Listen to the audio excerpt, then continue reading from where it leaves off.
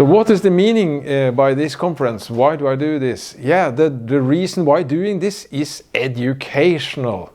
Of course, spreading the word, but it's also educational. So Beauty and Ugliness will be and is and will continue to be a conference for educating people on the history of architecture, the possibilities of building new vernacular architecture or new classical architecture.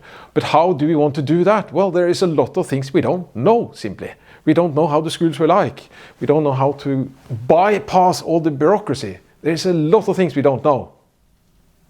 How do I think the architecture uprising has played a role in this, in the society, and also for our conference? It has played a huge role, and it's impacting our work in the Beauty and Ugliness, and it's impacting how the students at NTNU look at things, and it's impacting internationally other countries and other societies.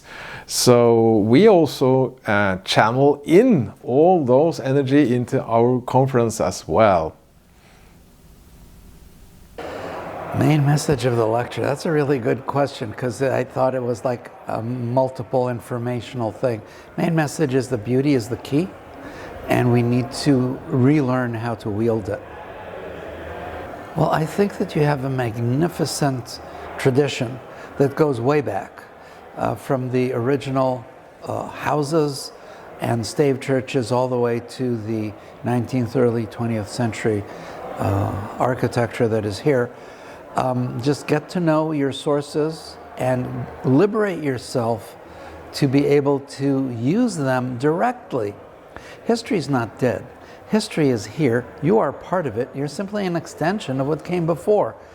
So you're entitled to use whatever you want that you think can work. The new stuff doesn't have to be different from what came before, if what came before was good and beautiful and worked. The main message of my lecture was to, as always, I always address the discourse, that we're always looking forward to solve our problems. I want us to be able to look back, because nothing is new under the sun, and there are so many solutions right in front of our eyes if we only allow ourselves to look back for solutions. So that is the main point. I showed some modern problems that can be solved partly with traditional solutions, but there are endless amount. Everything's in our mind if we allow ourselves to look back to solve our modern problems. That like the perception that people before us were as intelligent or even more intelligent than we are today, instead of viewing them as some kind of primitives and that we are some kind of more advanced human species that are alive today. I would say I'm trying to get across the idea that we can develop better in the north. Not only that, I think it is imperative that we develop better in the north. With such a unique climate, we need to not only pay extra consideration, but we need to really think about how it was done before and why that worked. And a question I want people to ask themselves is, why do we not do it anymore? Some people might say that the coastline of Tromsø is already ruined, but the reality is the buildings that were built there, they're not going to last 100 years. I'd be extraordinarily surprised if they were. So there will come an opportunity where we not only have the opportunity to, but we are burdened with these buildings and we have to fix them. And when that comes, we should use the opportunity to do it properly, to do it right, because then when they do need work on them, they're not a burden, they're worth preserving, and we'll want to keep them. A city can last for thousands of years, and I see no reason why Tromsø is going to be gone in 100. So why are we not thinking for the incredibly long term? There are complex answers to that might be why, that involve political will and the short-sightedness of architects and developers. But just because they don't choose to see it doesn't mean that it's not worth pursuing. And I think the fact that they choose not to do it shows that we need more public engagement to push them to do it properly. When I promote my ideas in Tromsø, there's usually quite positive reaction. In fact, when I show people the buildings I've drawn, They are directly inspired from Tromsø. So you've got quite a lot of colour, you've got wooden buildings. And if there's one thing I've learned about the people of Tromsø is they are very proud of Tromsø. And the architecture is 100% part of that identity. The only times I get criticism for my plans is when they're students of the modernist academies of some of the work that's done in Tromsø. But broadly speaking, I don't get criticism, which I find a bit annoying because I'd like to have a bit more to work with and work against. But broadly speaking, everyone I show my work to likes it. What's it like to be the first student for a diploma in classical architecture? That's a good question. Well, it's not as scary as I imagined it would. I feel like there's a lot of positivity towards it, mainly from other students who are very curious about what my process is. And now that I am in my final stages of the project and I've started completing analog drawings, the feedback has been immensely positive because people see what I've produced and they were convinced by it, essentially. And there's a lot of interest from the faculty as well. A lot of people want to ask me questions regarding it because they really want me to succeed. So they drill me quite heavily, but I think it's meant to be constructive, so that they really want me to succeed. So they ask me the tough questions more so than I've otherwise had in previous projects, I feel. Yeah. We've had Sigurd and Jack, and their project was very fascinating, and it's most because of that. And there's been student engagement before. Carl Fredrik Holmingsvåg asked me essentially if I wanted to do the course, and I said yes. So yeah, that's why I'm here. When we started this architectural course about classical architecture, the response from many of our colleagues, fellow students and professors especially, I would say, was critical at first. They thought it was, you get thrown words at such as Disneyland or pastiche or backdrop for a play, play set. But as we have progressed and learned a lot of this, you can see that the knowledge is spreading and more professors are coming around to accept it as very valid architecture. And they can see that the solutions we are retrieving from the past are also valid to the problems we are facing today. And I would say that among students especially, the classical way of working is really catching on. It is becoming a very popular movement at NTNU now.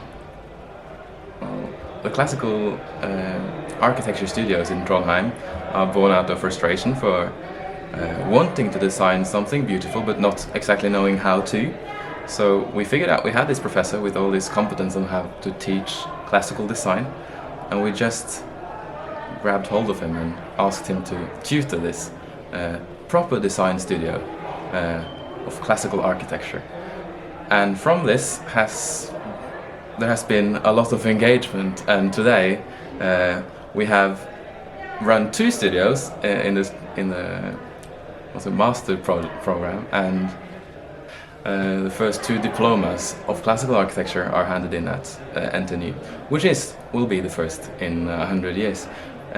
So it's all about trying to understand what we have been doing wrong and learning from our mistakes so that we can start designing aesthetically again in a way that everyone wants. The main message of my lecture was basically to show the richness of Brazilian architecture. Brazil is the biggest country in South America, so whatever happens in Brazil will play a significant role in the other South American countries. So I was just trying to show how rich our architecture is and how Brazil can play a significant role in the traditional movement around the world, especially in South America. It's a big pleasure to be here among so many friends and people who are fighting for a better and more humane architecture. The importance of this conference is very significant, especially for the Nordic countries. I've been walking on the streets here in Oslo, and what I've seen is a bit sad. The architects in Norway have not been so kind with their built environment. So I think this movement and this conference as well is a fantastic opportunity to networking and an opportunity to grow the movement and spread the word to different people. The main message of my lecture was looking at Adolf Loos's argument that ornament is a crime or criminal, but in reality it goes back into the modernists where they were embracing less is more. But the conclusion is through eye tracking, emulation software, and a couple of experiments, we are looking that ornament actually has the ability to capture our unconscious visual attention. And so by doing that, we say that less is a bore and not less is more. A couple of reasons why the building industry doesn't embrace ornament is because there's the notion that it is too expensive. From a number of projects that I've worked on, we've found that it's only 1 to 2% of the construction budget.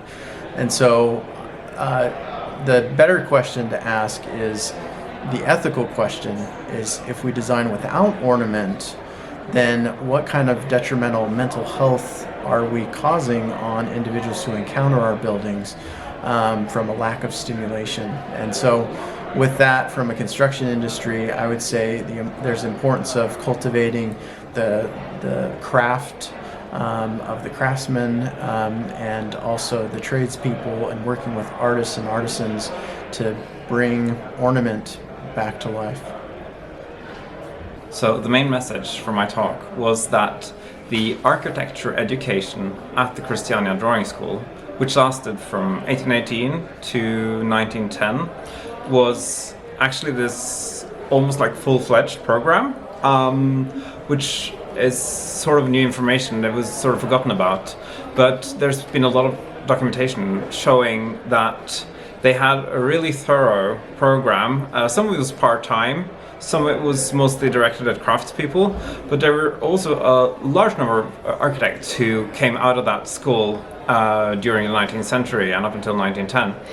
And my talk focused, of course, especially on ornament, since that's this year's theme, and I showed how the development of teaching ornament at the school went, I guess you could say like chronologically, but also personally, from studying ancient sources like Greek temples, Roman structures, via studying geometry, studying plants, into going out in the field and doing on-site studies and measured. I think the main point of a conference like this is that it is a sort of place, it is a gathering point where you can meet like-minded people, and you get to learn a lot within a field that might seem very established, but where there's actually a lot of development going on all the time. I wanted to show this emerging of this particular style, dragon style, which is a style which is not very well known, but it comes from the deep traditional heritage from way back from the Viking area, where we pulled out special ornaments and techniques being used at that time and used in buildings and ornaments. I am eagering very much for historic reconstruction of particular houses, especially one house in Hasselbakken, which is a dragon-style building drawn up by Holm Hansen Munthe in 1890. And I think it will be, in this historic time we live in, we need some really anchors in the past and reconstruct how it was. My lecture was about Japanese aesthetics. Well, as much as I like classical architecture, I feel we need lot more to draw from than only classical, meaning European Renaissance architecture or versus modernism. So the world is full of interesting things, and I think Japanese aesthetics and architecture has developed quite far so far as to provide equally strong and interesting perspective on what is good, what beautiful for humans, for people.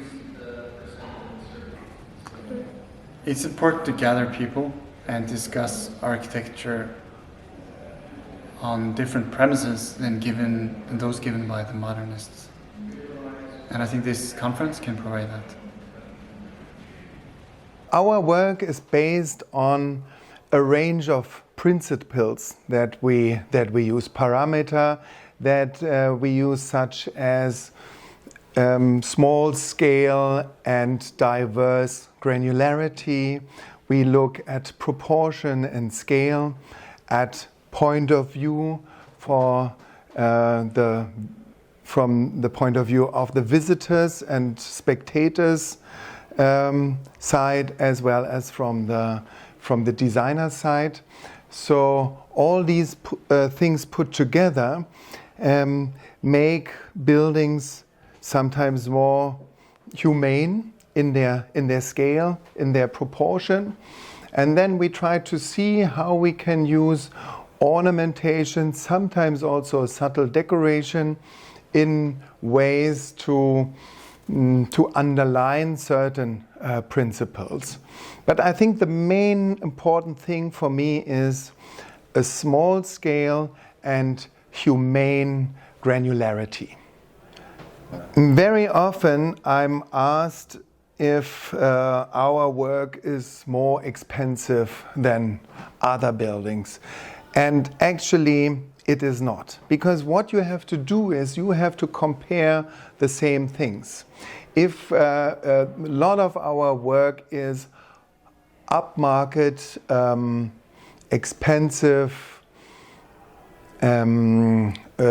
condominium apartments, so residential buildings.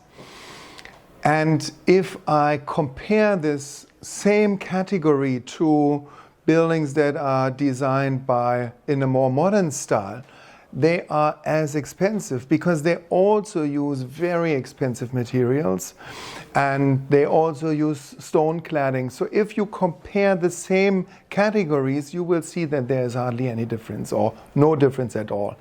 Another point here is that about 95% of the building is the building itself. And especially in an urban context where you are building within a block, the exterior shell is only a very small part of it. So we only have to look at, it's maybe a part of 5%. So if within these 5% of the whole building, we have maybe a little more expense or a slightly higher budget, that doesn't make a difference in terms of the whole building. The lecture dealt with the fact that we are facing now a situation of a dramatic change in architecture profession due to the demands of the general public, but also the deep crisis that architecture as a profession is facing, and the fact that approaches to design that have been suppressed maybe for 100 years now are coming to the forefront, and they're being demanded not only by the general public, that certainly, but also more generally as a solution to the problems that the profession is facing. Yes.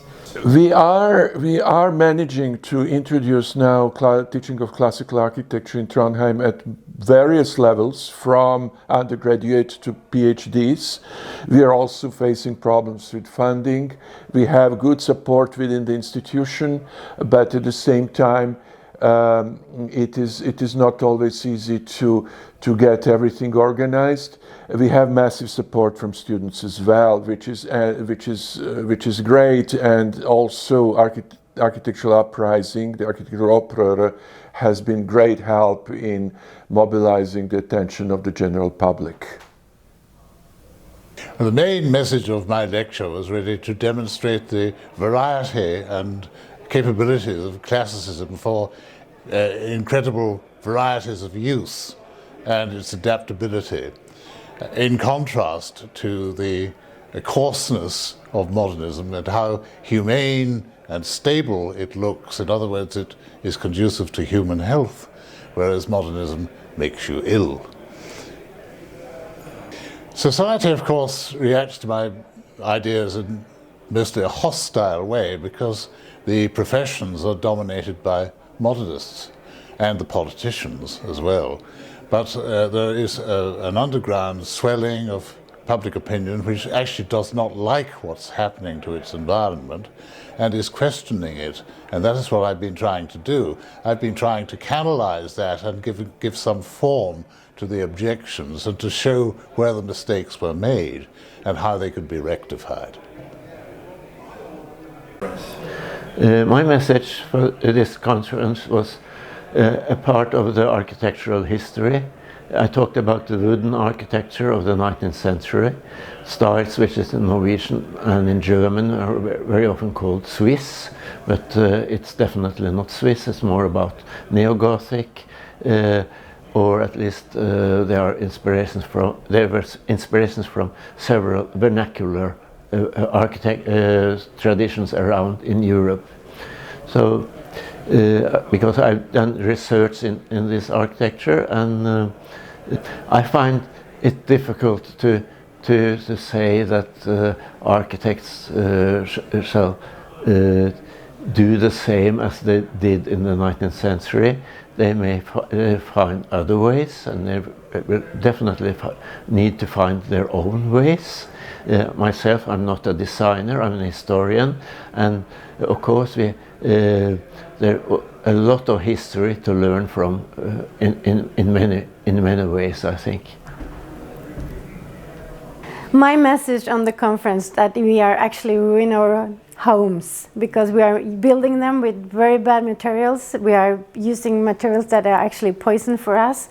We need to go back in time and figure out how to live good again, because it's very important for each and every personality health that they are living well.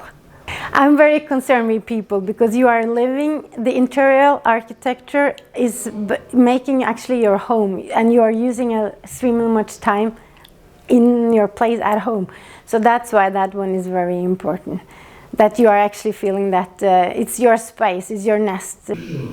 My message on the conference is to come as a craftsman and to show my work as a craftsman here to all these architects and show that it's possible to keep and restore the old decorations, and don't think that it's hopeless so that you paint over it. And I also wanted to tell that we have to understand that we're not the goal or the after, or we think that we are just reconstructing and restore what's old, but we also have to make our own things and own ideas and own decorations from our time, and not just think that we should restore the old one. So that's my message. Yes, the title of the talk was Keeping the Styles Alive within a framework of a vernacular or classical architecture. So what I basically did was, after a short introduction, to show examples, cases of how this can be done in practical use. I just said initially that when doing this, there are always a lot of compromises to be done. You have a client who has preferences, there's economy into it, there is regulation, historical or technical, etc. So you have to be somewhat practical when you deal with this. And one other point that I pointed out was that sometimes you can't do full restorations. There are many other concerns. So sometimes you have to choose a style, and that's quite important. You have to make a consistent style. Just not picking this or that is a much better solution to try to make a consistent style in what you are doing, to make it harmonious. regarding that a style is a sort of language which has form and grammar and meaning to it. So if you start introducing and mixing these styles, it's like talking several languages at one time, and that's not very fortunate. Yeah, it was basically some examples about that. Well, why my message is really that we have to start evidence type planning. We have to find out what worked in history, and we have to start using that in our new planning. And we have to relate it to the local communities, the people, what they think is good for them, and also the history of that particular place, so that this can be affected and transformed onto the new development. I have given up the established architects. I think our education is a modernist kind of indoctrination, and it's very difficult to change this later on in life. So I think we have to get new students, new architects with a new education, and they will have the skills to do what's needed now to create traditional working environments. I think this conference was, to me, very educational. Our American colleagues coming here and telling us about neuroscience and the eye movement tests, which they now have devised. Very impressive. So I think I must go home now and think about what I have done during the 54 years of practice. Have I done it rich enough? Playing with light and shadow enough? Is the variation great enough? Great for children, great for pedestrian movement, and the rich life that we want, first of all, our children to grow up in. Louis Kahn said a nice town should be where you could take your kid in the hand and lead him through the town and tell him, what do you want to be? And during that 10 minutes walk, he could see what I want to be. I want to be a carpenter, a librarian, a doctor, whatever. So that's one thing. And here to see the varied practice of so many clever architects, although I have worked for so many years, I have to reorient myself, I think. In Risør, very special story, because it took so long time before people started thinking about this island. The shipbuilding industry was going to close down, so they had this plot, or this island which would be vacant, ready for erecting whatever, housing, shops. Finally, it was decided it should be housing. Of course, we suggested that it should be maybe a small cafe, coffee shop or something. Did not succeed there, but then they have this very important fishing shop where you can buy a cup of coffee there, you can buy fresh cooked fish balls and so on. So that's very important. And we see now that it's gaining popularity, very important. They sell the houses, and even though they can start as a place to have vacation, many decide to live there permanently. So I have friends that bought flats. In fact, my very close friend, he lives now in the yellow house, renovating his flat, and I think it's becoming a very important addition to Old Risør. So in total, looking back, I think it has been necessary. My name is Pablo Álvarez Funes. I am a Spanish architect based in London, and in the Beauty and Ugliness in Architecture conference, I have been talking about initiatives for traditional architecture in Spain, as well as our courses in the Classic Planning Academy, where you can join to us and learn to draw beautiful architecture. Thank you very much.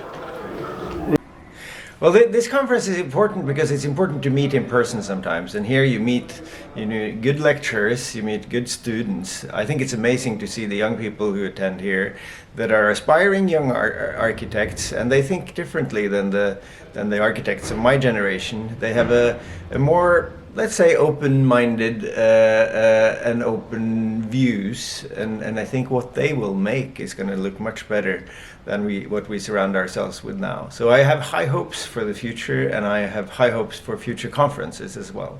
Well, the architectural uprising in Norway has been quite a development. It started out with our old friend Audun Eng, who's no longer with us, but some seniors are here still, and we have a young generation coming in, and they're very agile. They use social media, they use the Instagrams, the Facebooks, and they are present there. They're able to get their generation along, and we have so many followers. And it's a new generation that takes over. It's really, and we can see that in the educational institution as well. The students that are entering there now will come out with a different approach. They've watched Harry Potter as children. They're not going to live in monolithic cubes for the rest of their lives. They're going to draw beautiful things, and I think we're seeing some of those sketches here at this conference, both in the talks and on the walls. It's really great to see. Well, the modern architects are probably never going to be impressed by what we're seeing here today. I think that's a lost generation, really. We need to have high hopes in the young people, and from what I see here today, it looks pretty good. They have a good sense of beautiful buildings from the past, and they can rewrite those senses into new designs. And I look forward to seeing when they actually build them. How's it going to look? I think it's going to look good. What I think is important with this sort of conference is that people who are creative, that they come together. And what I noticed when I came here yesterday, most of the participants then were young people. And then especially I thought what was quite historical really, that it was a group of students from the NTNU University in Trondheim who actually for the first time for generations in this country introduced classical building, and that is almost historical. What I noticed was there were not so many of my generations. There were some of my old generation more among the people who had talks. But these young people, that really was interesting. That is a way, in a way, something absolutely new. You see, a few days earlier, I was among the audience in a big conference here in Oslo about the relationship between the architects and the public. And there you saw all the establishment of Norwegian architects. They were all there. Whereas in the conference, when I came here yesterday, it was just young architect student types. I didn't see a single soul among the prevailing circles of architects in Norway. They should have gone and heard what those young people had to contribute. To me, this conference represents a change. This is we have now united all of the classical forces all around the world. It's been scattered during the last 80 years, and now tonight I feel that we have reunited them, and we are ready to have a common course for the future.